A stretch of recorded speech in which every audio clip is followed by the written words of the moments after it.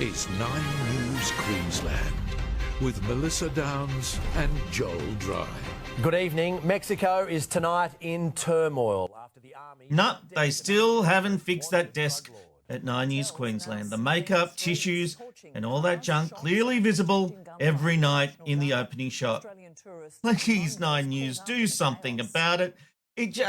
A beautiful set just looks so tacky. Hello, I'm Rob McKnight, television and radio producer, presenter with over 30 years experience in the industry. This is Media McKnight. Well, Tropfest is back after a 7-year hiatus, with the Short Film Festival offering up some great content. Well, the films were great, but the live stream of the event was, quite frankly, woeful. While it's obvious a lot of money was put into the stream, which went out live on YouTube, producers failed to turn the live stage event into a television spectacle. This is how the show opened. No opener and no fanfare. Centennial Park! Hello, Australia and the world.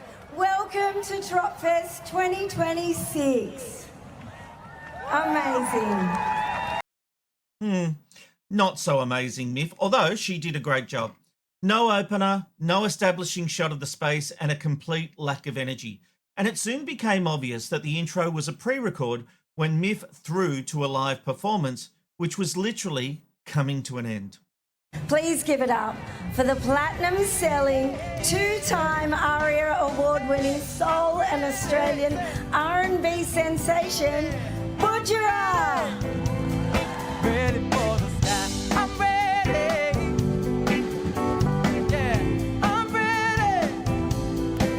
One more time. I'm ready. I'll prove it over and over again. That I'm ready for the sky.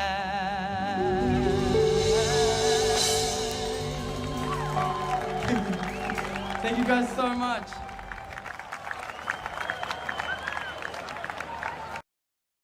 That was the big opening number as Budgerah comes to an end. I mean, this is woeful. This is a lack of planning. And maybe the organisers were worried that they would spoil the live event for the people there.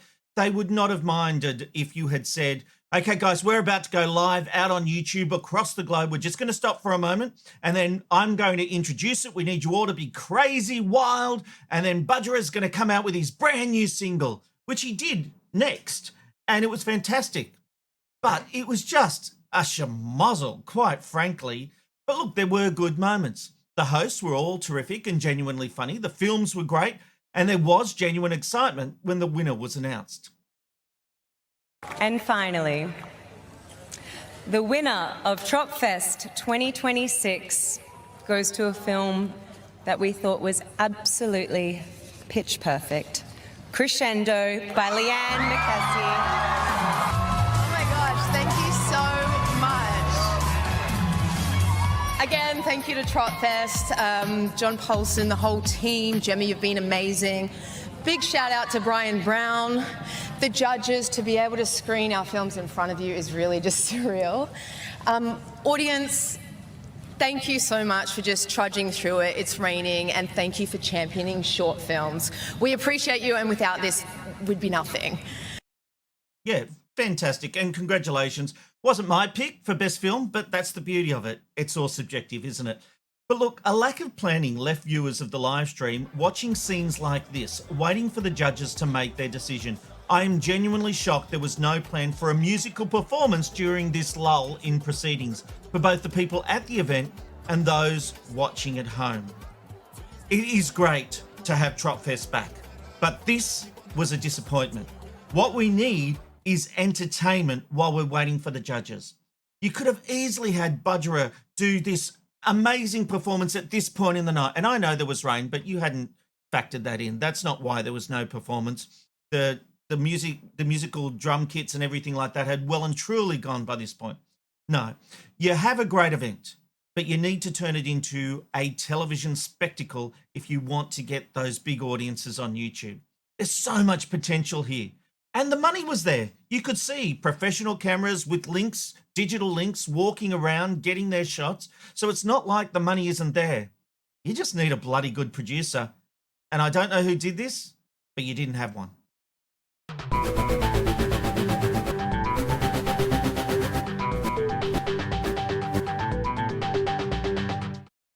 Southern Cross Media has sensationally axed CEO Jeff Howard just hours before the release of its H1 2026 financial results.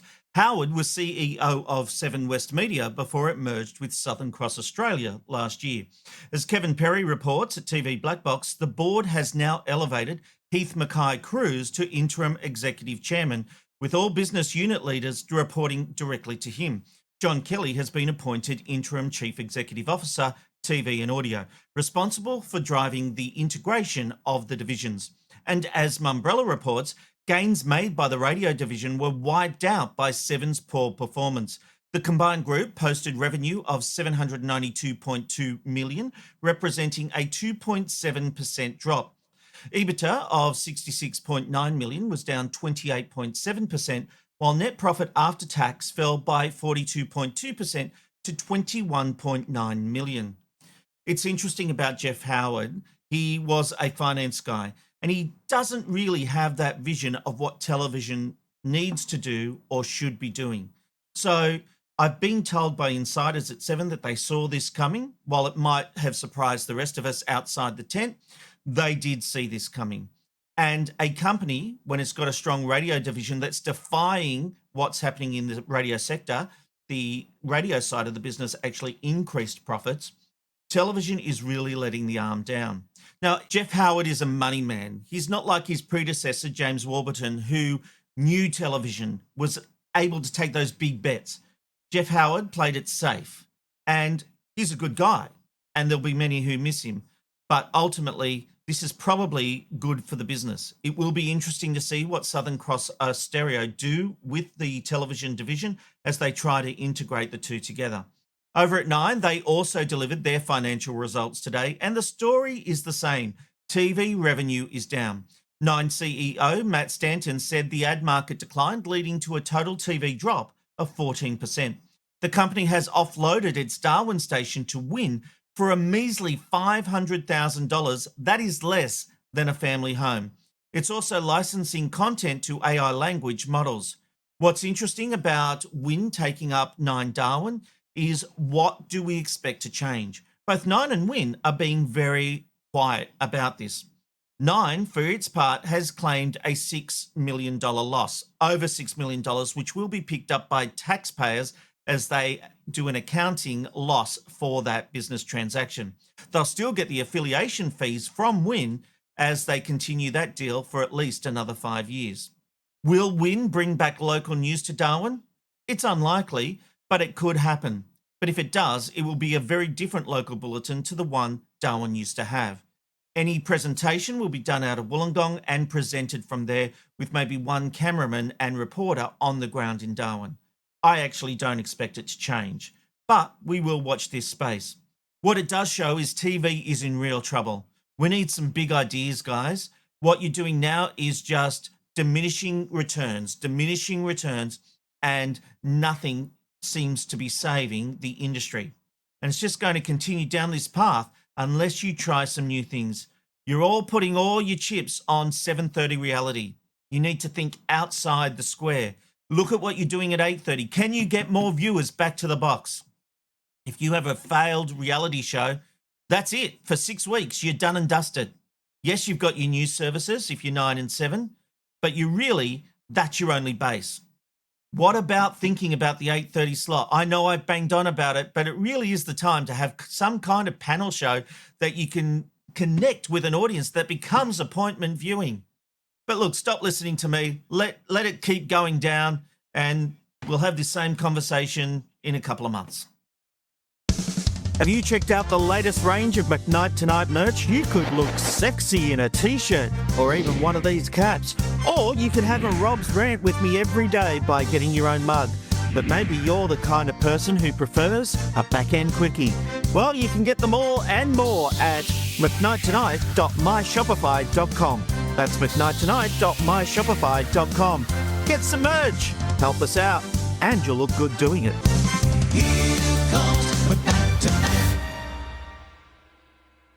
The BAFTA Awards were held this week in the UK, and headlines have centred around the unfortunate outbursts of Tourette syndrome activist John Davidson. There were several moments where shouting occurred during the ceremony, the most notable one being a racist slur shouted while Cinestars Michael B. Jordan and Delroy Lindo were presenting. That slur was the N-word. Listen out. Good evening. Delroy and I are delighted to be presenting the first BAFTA of the night for a vital part of movie making. We're here to celebrate the artists who expand what's possible on screen. Visual effects can create spectacle, but the best work serves character and story. It led to multiple apologies throughout the show by host Alan Cumming, including this one. You may have heard some strong and offensive language tonight. If you've seen the film I Swear, you will know that film is about the experience of a person with Tourette syndrome. Tourette syndrome is a disability, and the tics you've heard tonight are involuntary, which means the person who has Tourette syndrome has no control over their language. We apologise if you were offended. Yeah, I think they were offended. That apology has done little to appease some in the black community, with actors including Jamie Foxx and Wendell Pierce expressing their dismay at the incident. Journalist Jameel Hill said on social media, black people are just supposed to be okay with being disrespected and dehumanised so that other people don't feel bad. Look, she's got a point. It's a tough one. We talk about inclusiveness and we have someone with Tourette syndrome and there doesn't seem to be a lot of sympathy for that. But you had two actors presenting an award who weren't warned and were completely thrown by the racial slur that they heard. And fair enough too. And by the reporting I've seen, those actors weren't approached by BAFTA to explain what was going on even after the event. It's not a great look. And it raises the question of whether that person should have been invited. Yes, they have a right to be there in this world of inclusion, but it has created an unsafe space for everyone else there. And I hate the word unsafe, but those actors are there presenting an award at a prestigious ceremony and they've been racially vilified. It's not great. There's no easy solution to this one. Now, the person with Tourette's did excuse themselves and left the ceremony because they were causing issues. And that's hard for them too. I don't know what the solution is here, but BAFTA didn't handle it well by at least not approaching the actors and explaining the situation.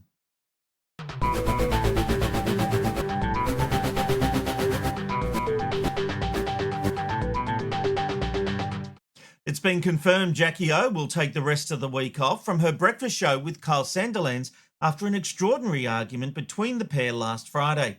As I explained in a story I wrote for the Daily Mail this week, being called unprofessional hurt Jackie because she believes she is more professional than Kyle. And for those thinking this is nothing more than a PR stunt, I think you're wrong, and this feels very real. If you've listened to the audio, you will know this fallout is very, very real. Let's break it down. It all started during a discussion about the arrest of the former Prince, Andrew. The conversation, strangely, was happening between Carl, his manager Bruno, and newsreader Brooklyn. Jackie was strangely silent, and it turns out that was because she was looking up Andrew's birth chart while the conversation was taking place. You can't just send documents, that can be against your work contract, right? Yeah.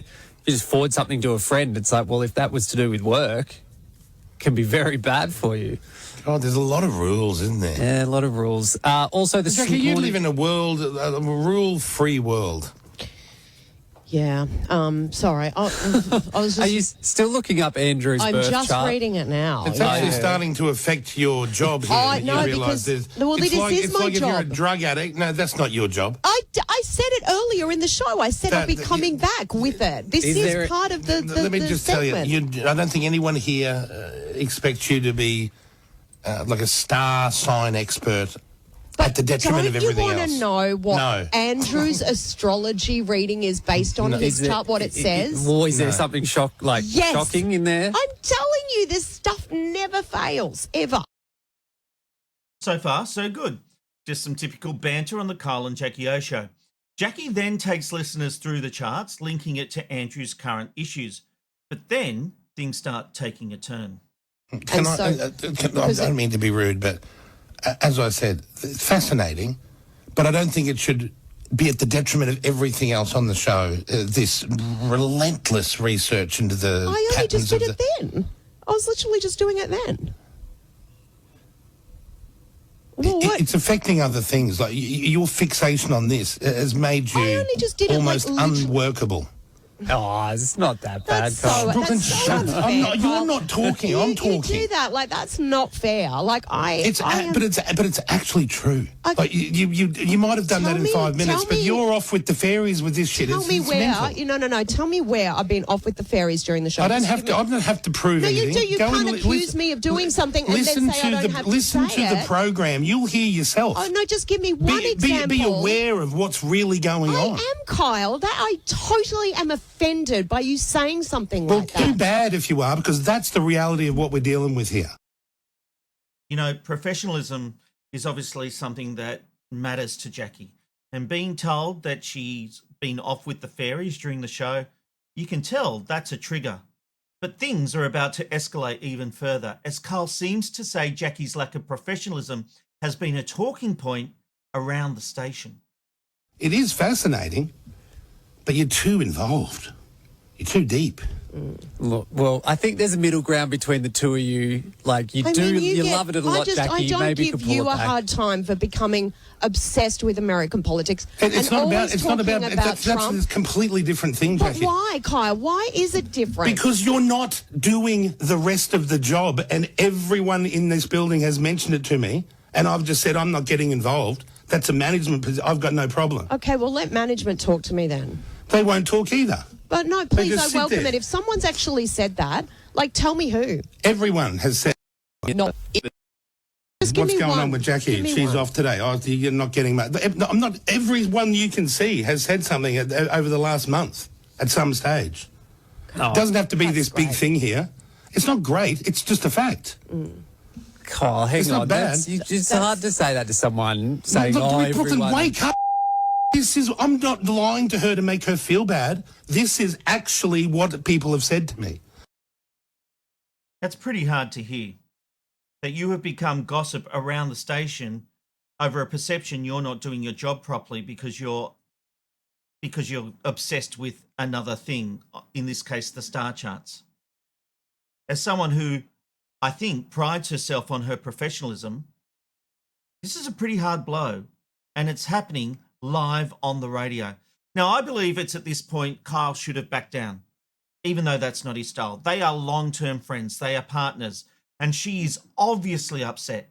She's mortified a perceived lack of professionalism is being discussed like this, and he's saying everyone has talked about it, all the people in the staff, the management. But of course, backing down is not Kyle's style. And I have a feeling he might be regretting this next interaction if he was to stop and think about it for a moment. I would never say things like that about you. You have Too no bad. idea how Too bad, much because I'm not doing that. Yeah, because you make out like you sit there like you're perfect. No, There are I'm so not. many I'm things not. that you That's- don't do, and I would never bring them up, and I would never say what people What do you mean say. what I don't do? Feel free. It's open forum. I don't want to get into a tit for tat. I think it's mean Because there is and nothing. nasty. What have you got a problem with? I don't have a problem, but if I brought up the things that people, say, People here in the building say about me about the ins and outs of how the show's produced.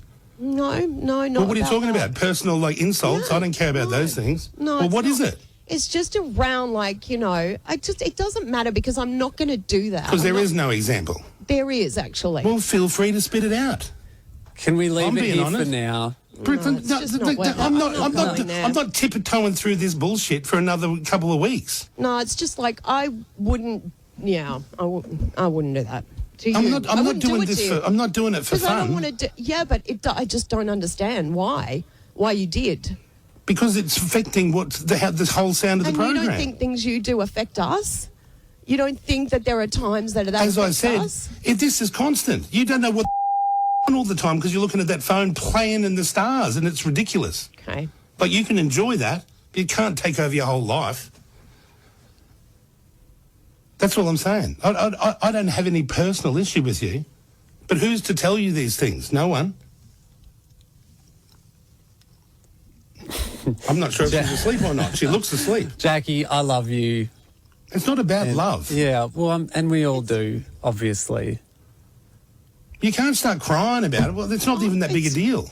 No, it's a total attack, Kyle. It really is. Oh, It's Jackie, Kyle, to say you don't know what the F is going on, you're not well, doing your job, that's an attack. And it's not an attack. That. It's an actual fact, babe. okay. I'm so sorry. That's the reality of what's going on. I would never do something like that to you on air like that. Well, that doesn't mean that I'm not going to be honest with you if asked, which you did ask, and I told you.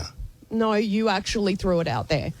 I didn't ask Christ's Kyle, sake, am I doing my job properly? I'm not married to you. I don't have to buy into all this backwards and forwards. You're a this, you're a this, you're a gas. Okay. I'm not interested. You just throw it out there and then I'll just pop it.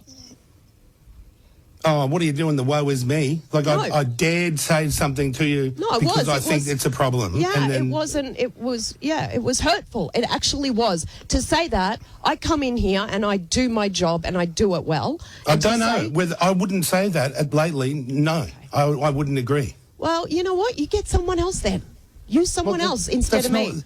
Well, like, isn't seriously, that a bit extreme? Isn't that a bit extreme? No, because if you don't think I'm doing my job well and you don't think I'm very good, get someone else. I didn't say you're not very good. I said you're off with the fairies. You're unfocused. Yeah, you don't you're give not a shit. doing your job well. That's correct. There's two different things happening here. Kyle just thinks this is banter, but Jackie is deeply hurt. They talk about everything on the show, but she has been called unprofessional. She has been told people are talking about her lack of professionalism. That is a bitter pill to swallow.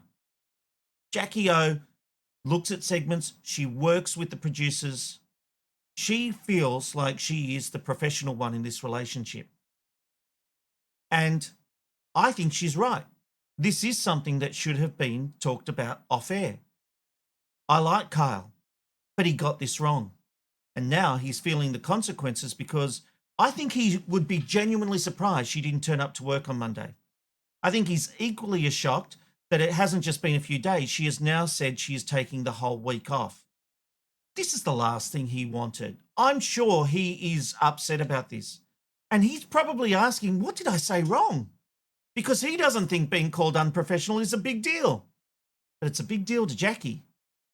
Things finally moved on, but it was obvious all was not well towards the end of the show. If you're still with us, diary time.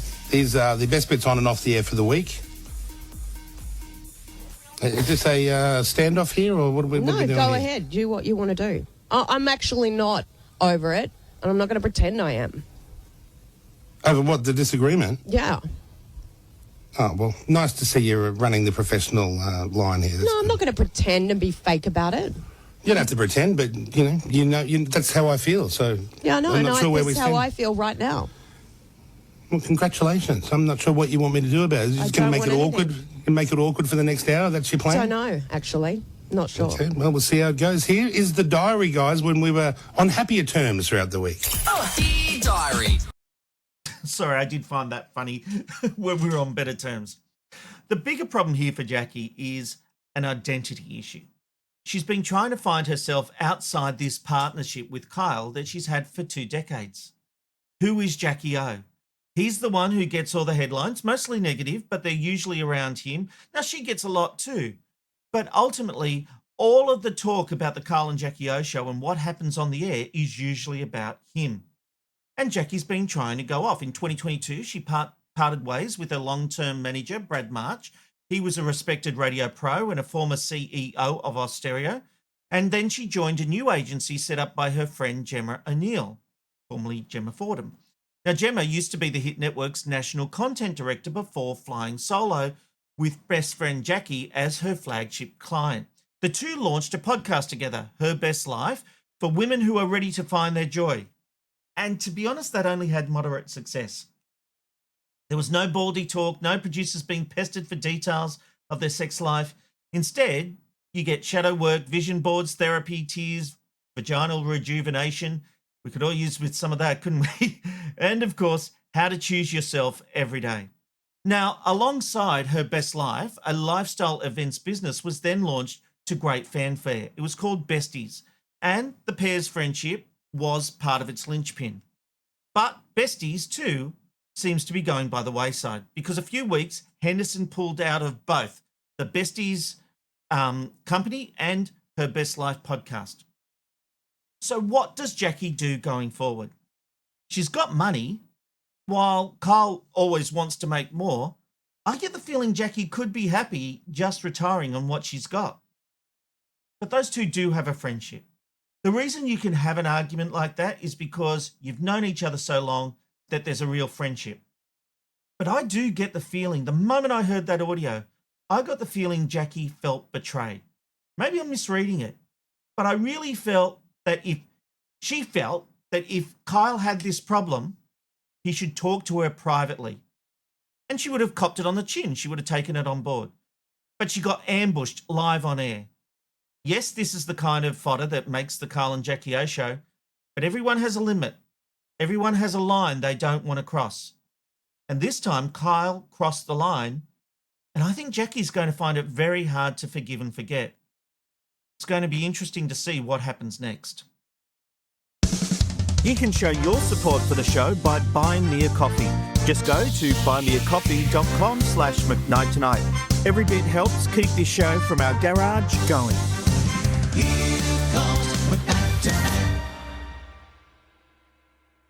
Now, look, you all know me to be a humble man, someone who doesn't like to mention his achievements.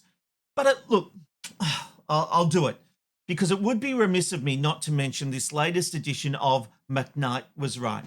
A few weeks ago, I was talking about the on-set behaviour of Julia Morris and the concerns raised by crew members on I'm a Celebrity, Get Me Out of Here. Now, to prove my credentials for this story, I broke one of my rules. I gave away some spoilers. I did warn everyone, though. I revealed who the final 3 contestants would be of the pre-recorded series. Meanwhile, my spies have also let the cat out of the bag about who makes it to the final 3. This is the problem when you pre-record the series. Now, I usually wouldn't reveal information like this, but I'm going to this time to prove I'm not making up the story about Julia, which I'm often accused of doing, even though my stories mostly turn out to be true. So, a big warning, spoilers ahead if you keep watching. If you don't want to know, skip forward. Now, to allow for a public vote for the winner, 3 endings have been filmed with the following 3 finalists. They are Luke Bateman, Concerto Caristo, and Gary Sweet. Well, McKnight was right, as we saw in that somewhat lacklustre finale. Well done, Concerto Caristo, a worthy winner. And that brings us to the end of this edition of Media McKnight. Paid members of my YouTube channel get early access to each episode every Tuesday as soon as it's ready to go. So just go to youtube.com/@McKnightTonight, or you can watch it when it goes live at 9 p.m. Australian Eastern Daylight Time for everyone else. And don't forget, the article comes out on the TV Black Box website the morning after. I'm Rob McKnight. I hope to see you again soon. It's good night from McKnight.